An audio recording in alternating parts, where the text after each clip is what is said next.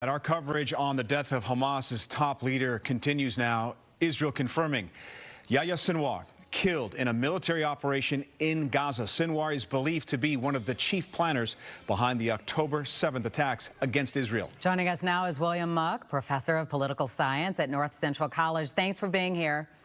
Good to be here. So, Professor, Sinwar is the latest of several top Hamas and Hezbollah leaders killed recently in the strikes. But is this death more significant, would you say?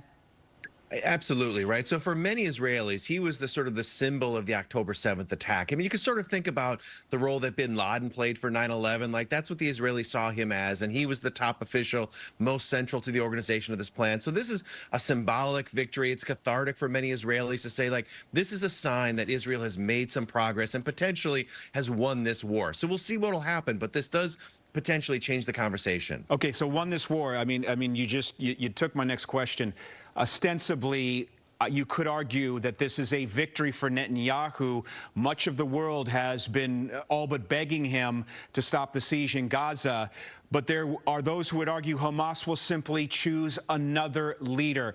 What is the likelihood that this ends the fighting anytime soon there? I think the likelihood has gone up. And I wouldn't have said that a week ago, right? It felt really, really like this conflict was going to go on for a long period of time. But what Israel has done is they've taken out not just one leader, but multiple leaders, right? So as we think about Hamas, they are a much more disorganized entity at this point. And Sinwar in particular was somebody who was not open to negotiation. So it felt like there was very little room for progress. So this may create some space. And Hamas as an organization is going to have to assess whether they want to continue fighting or whether they want to come to the negotiating table. So there's no guarantee that the fighting stops, but I think this creates space for conversation, which wasn't there a few days ago. And hopefully a conversation about hostages. President Biden says he hopes Sinwar's death creates a pathway to bring the hostages home. Do you think that that is more likely, that at least we'll have a conversation about those hostages?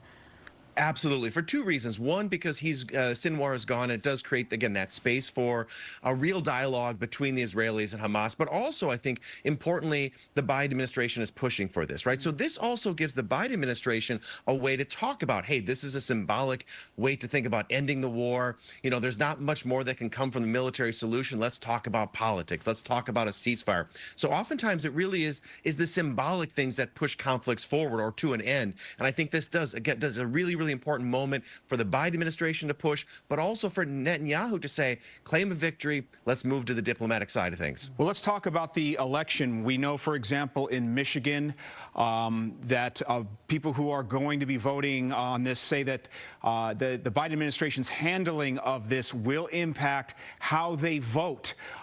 If this does create an opportunity for at least a ceasefire, do you see that impacting what people do in the voting booth? Potentially, right? So I think the Biden administration hopes that you get this solved and hopes that you can start increasing humanitarian aid. That would be really, really good for them. But what we've seen out of these Arab communities is that they're not necessarily behind Harris' campaign, right? So this is it's a more complicated thing. Some are supportive. Some are looking for a more long-term solution, a more long-term reassessing of the United States relationship for Israel. So it's complicated, but I think at a simplistic level, yes, the Harris campaign in particular, Biden would love to see the ceasefire because it helps overcome one of the more challenging issues for the United States in terms of global foreign policy. Professor William Muck, thank you so much for being here. Always enjoy your insight. Thanks for having me.